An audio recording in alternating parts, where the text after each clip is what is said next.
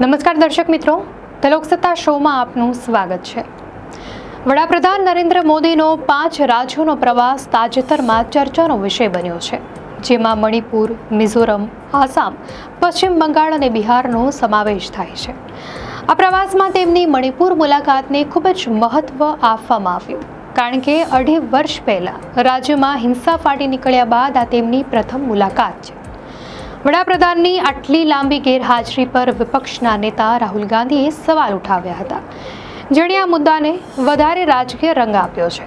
આ મુલાકાત દરમિયાન વડાપ્રધાન ચુરાચાંદપુરમાં 8,500 કરોડના વિકાસ પ્રોજેક્ટ્સનું ઉદ્ઘાટન અને શિલાન્યાસ કરશે। આ સ્થળનું મહત્વ એટલા માટે છે કે હિંસાની શરૂઆતમાં ચુરાચાંદપુર સૌથી વધુ પ્રભાવિત વિસ્તારોમાંથી એક હતું। આ હિંસામાં ઓછામાં ઓછા 250 લોકોએ જીવ ગુમાવ્યા અને હજારો લોકો વિસ્થાપિત થવા મજબૂર થયા। મણિપુરની હિંસાનું મુખ્ય કારણ માર્ચ 2023માં મણિપુર હાઈકોર્ટના એક ચુકાદામાં છુપાયેલું છે। કોર્ટે રાજ્ય સરકારને મૈતેઈ સમુદાયને અનુસૂચિત જનજાતિ યાદીમાં સામેલ કરવા અંગે ઝડપભેર વિચારણા કરવાનો આદેશ આપ્યો હતો। મૈતેઈ સમુદાય રાજ્યના મેદાની વિસ્તારોમાં વસવાટ કરે છે, જ્યારે પહાડી વિસ્તારોમાં મુખ્યત્વે કુકી જનજાતિના લોકો રહે છે। આ ચુકાદાના વિરોધમાં કુકી સમુદાયે વિરોધ પ્રદર્શનો શરૂ કર્યા, જેના પરિણામે 3 મે 2023ના રોજ 2 સમુદાયો વચ્ચે હિંસા ભડકી ઉઠી। આ હિંસામાં અનેક લોકોના મૃત્યુ નિપજ્યા અને લગભગ 20,000 લોકો પોતાના જ રાજ્યમાં વિસ્થાપિત બન્યા, જ્યારે કેટલાકને પાડોશી રાજ્ય મિઝોરમમાં આશરો લેવો પડ્યો હતો।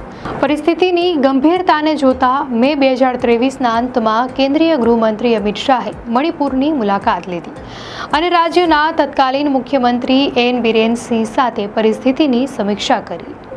ભારતીય સેના અને આસામ રાઇફલ્સે પણ રાજ્ય પોલીસ સાથે મળીને સુરક્ષાની જવાબદારી સંભાળી હતી। પરિસ્થિતિ એટલી હદે વણસી ગઈ હતી કે એક તબક્કે દેખો ત્યાં ઠાર મારો જેવા કડક આદેશો પણ જારી કરવામાં આવ્યા હતા। 19 જુલાઈ 2023ના રોજ મણિપુરમાં હિંસાનો એક વિડીયો પણ વાયરલ થયો, જેમાં 2 કુકી મહિલાઓની નગ્ન પરેડ દર્શાવવામાં આવી હતી। આ વિડીયોએ માત્ર ભારત જ નહીં પરંતુ સમગ્ર વિશ્વમાં ખળભળાટ મચાવ્યો। વડાપ્રધાન મોદીએ ચોમાસુ સત્ર પહેલા મીડિયા સાથે વાત કરતી વખતે આ ઘટનાનો ઉલ્લેખ કર્યો હતો અને કહ્યું હતું કે તેમનું હૃદય પીડાથી ભરેલું છે। તેમણે જવાબદારોને સજા કરવાની ખાતરી આપી। આ પહેલા વિપક્ષ મણિપુર મુદ્દે વડાપ્રધાનના મૌન પર સતત પ્રશ્નો ઉઠાવી રહ્યું હતું। તત્કાલીન સેનાધ્યક્ષ જનરલ મનોજ નરવણેએ તો ત્યાં સુધી કહ્યું હતું કે મણિપુરમાં જે કંઈ થઈ રહ્યું છે તેમાં વિદેશી એજન્સીઓની સંડોવણીને નકારી શકાય નહીં। હિંસાની ઘટનાઓ વચ્ચે રાજકીય ઉથલપાથલ પણ ચાલી રહી હતી। તો જાન્યુઆરી 2024ની શરૂઆતમાં પણ હિંસાની ઘટનાઓ બની। તે દરમિયાન રાહુલ ગાંધીએ મણિપુરથી ભારત જોડો ન્યાય યાત્રાની શરૂઆત કરી। ફેબ્રુઆરી 2024માં મણિપુર હાઈકોર્ટે મૈતેઈ સમુદાયને એસટીનો દરજ્જો આપવાની ભલામણનો અંશ પોતાના અગાઉના ચુકાદામાંથી હટાવી દીધો। તો નવેમ્બર 2024માં નેશનલ પીપલ્સ પાર્ટીએ ભાજપના નેતૃત્વવાળી ગઠબંધન સરકારને આપેલો ટેકો પાછો ખેંચી લીધો। એનપીપીએ મુખ્યમંત્રી એન બિરેન સિંહની કામગીરી અને કાયદો વ્યવસ્થાની સ્થિતિ અંગે અસંતોષ વ્યક્ત કર્યો। આખરે ફેબ્રુઆરી 2025ના બીજા સપ્તાહમાં એન બિરેન સિંહે મુખ્યમંત્રી પદેથી રાજીનામું આપી દીધું, જેના પછી તરત જ રાજ્યમાં રાષ્ટ્રપતિ શાસન લાદી દેવામાં આવ્યું।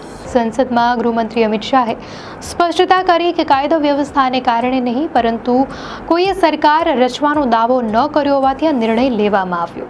છેલ્લા 2.5 વર્ષથી મણિપુરમાં હિંસાની મોટી અને છૂટક ઘટનાઓ સતત બની રહી છે। આટલા લાંબા સમય બાદ વડાપ્રધાનની આ મુલાકાત પછી રાજ્યમાં કાયદો અને વ્યવસ્થાની પરિસ્થિતિમાં શું ફેરફાર આવશે તેના પર હવે વિશ્લેષકોની નજર રહેશે। मणिपुर की ये धरती, ये क्षेत्र आशा और उम्मीद की भूमि है, लेकिन दुर्भाग्य से हिंसा ने इस शानदार इलाके को अपनी चपेट में ले लिया था। थोड़ी देर पहले मैं उन प्रभावित लोगों से मिला हूं जो कैंप्स में रह रहे हैं। उनसे बातचीत के बाद मैं कह सकता हूं कि उम्मीद और विश्वास की नई सुबह मणिपुर में दस्तक दे रही है। साथियों, किसी भी स्थान पर विकास के लिए शांति की स्थापना बहुत जरूरी है। बीते 11 वर्षों में नॉर्थ ईस्ट में दशकों से चल रहे अनेक विवाद, अनेक संघर्ष समाप्त हुए हैं। लोगों ने शांति का रास्ता चुना है, विकास को प्राथमिकता दी है। मुझे संतोष है कि हाल ही में हिल्स और वैली में अलग अलग ग्रुप्स के साथ समझौतों के लिए बातचीत की शुरुआत हुई है। ये भारत सरकार के उन प्रयासों का हिस्सा है जिसमें संवाद, सम्मान और आपसी समझ को महत्व देते हुए शांति की स्थापना के लिए काम किया जा रहा है। मैं सभी संगठनों से अपील करूंगा कि शांति के रास्ते पर आगे बढ़कर अपने सपनों को पूरा करें, अपने बच्चों के भविष्य को सुनिश्चित करें। और मैं आज आपको वादा करता हूं, मैं आपके साथ हूं। भारत सरकार आपके साथ है, मणिपुर के लोगों के साथ है।